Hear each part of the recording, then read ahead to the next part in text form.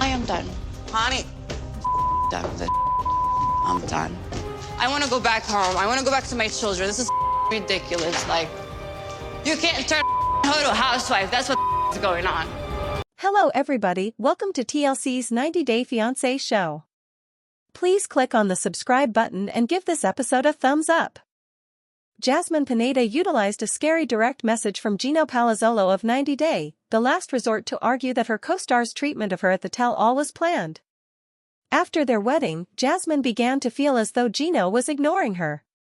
She wanted to have an open relationship with Gino and include Matt Brownies in it after not being sexual with him for 9 months. Gino refused, but after considerable prodding from Jasmine, he agreed. But even before season 2 of The Last Resort, Rob Warren and other co-stars of Jasmine and Gino thought she was cheating on Gino. At the tell-all, Gino finally had the opportunity to affirm that Jasmine's child is not his. Rob Warren backed him totally, but Jasmine has been attempting to argue that Rob's actions were all a front. Gino is giving fans clarification.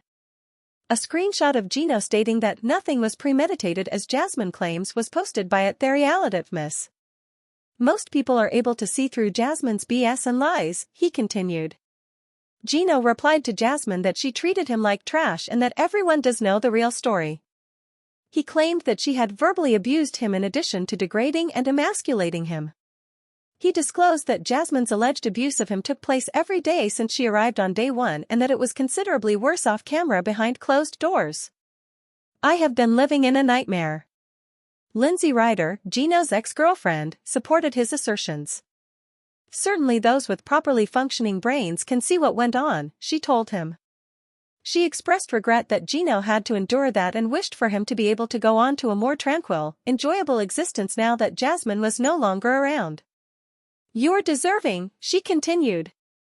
In the blogger's comments, admirers like at Jennifer_Turner_1 remarked, "I think very few are fooled by her histrionics.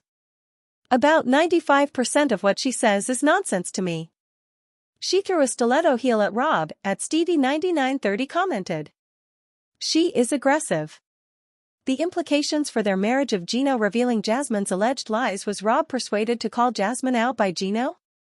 But not every fan shares Gino's viewpoint. Because Jasmine had displayed signs of having a temper and had upset Gino with her comments during their engagement while she was still in Panama, they also believe that he is to blame for marrying her in the first place. When Jasmine made the decision to have a morally righteous non-monogamous marriage, she had stated that she was in love with Gino and that Matt was merely a close friend. Rob, however, charged that Jasmine was secretly cheating on Gino by using the open marriage as a cover. Even though they were only friends, the speed at which Jasmine moved on and became pregnant with Matt's child says a lot about what transpired without Gino having to provide evidence of the truth. Nevertheless, Gino could have chosen to divorce Jasmine rather than remain wed to her, but he chose not to. Gino and Jasmine are still together as of right now. Although it's unclear what is preventing Gino from divorcing a woman who declined to have a child with him but became pregnant in an open marriage, his remarks about her imply that he doesn't want her back. Our opinion on supporters taking sides after Gino and Jasmine defend each other here: who is the actual victim? Viewers of 90 Day, The Last Resort are unaware of a number of flaws and mysteries in Gino and Jasmine's romantic romance. Rumor has it that Gino and Jasmine had broken up months before to the spin-off's filming. Gino may have been disturbed by Jasmine's departure from him, or he may have been angry that she was portraying him as a villain when they were both involved in the scheme. Jasmine obviously wanted to end the relationship, and she did it as soon as Matt entered her life. Kenny Niedermeyer and Armando Rubio Niedermeyer, star of 90 Day Fiancé, The Other Way, can finally relocate to the United States. From Mexico, Armando met Kenny in a single fathers group.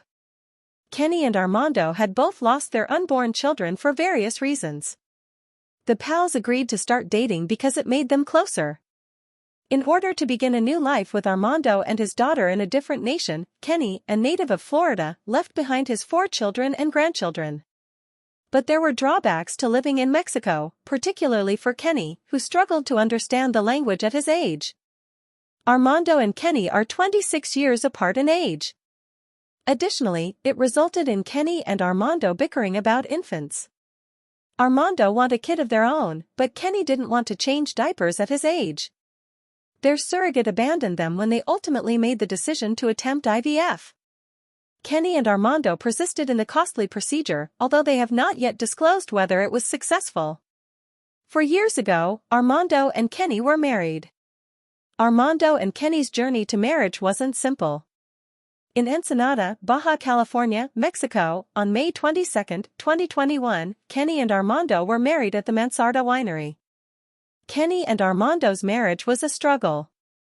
In addition to the opposition they encountered from Armando's family, the pair was refused a marriage license in Mexico, despite the fact that same-sex unions were permitted there. Furthermore, the COVID-19 pandemic led Armando and Kenny to postpone their wedding. It's interesting to note that the couple saw it as a plus because it gave them more time to organize their spectacular wedding, which is regarded as the greatest in the franchise. Was Armando prohibited from traveling to or relocating to the United States? What caused Armando's prolonged arrival in the United States? Armando and Kenny were married 4 years ago. Fans, however, have frequently questioned why Armando never visited Kenny and his family in the United States. Additionally, he never gave any indication that he would move to America, as though Kenny had really gone the other way for him and he was content to live permanently in Mexico. Rumor has it that Armando's previous deportation or visa overstay may result in his suspension from entering the United States. It is unclear from Armando's latest answer that there might have been some validity to the rumors. But in March, when someone asked Armando on Instagram if he was banned from the US, he responded. According to Armando, the question was posed a lot. It's a process and waiting game, he continued. Armando disclosed that everything had been accepted and that he was awaiting the date of his interview.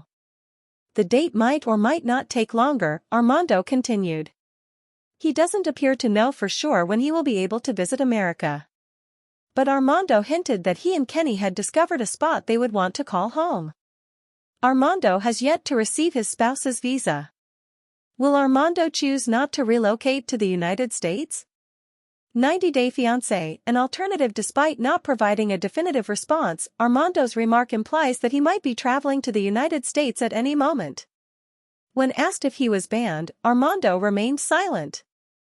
Armando and Kenny have danced around the problem, which has increased rumors regarding Armando and Kenny's future together.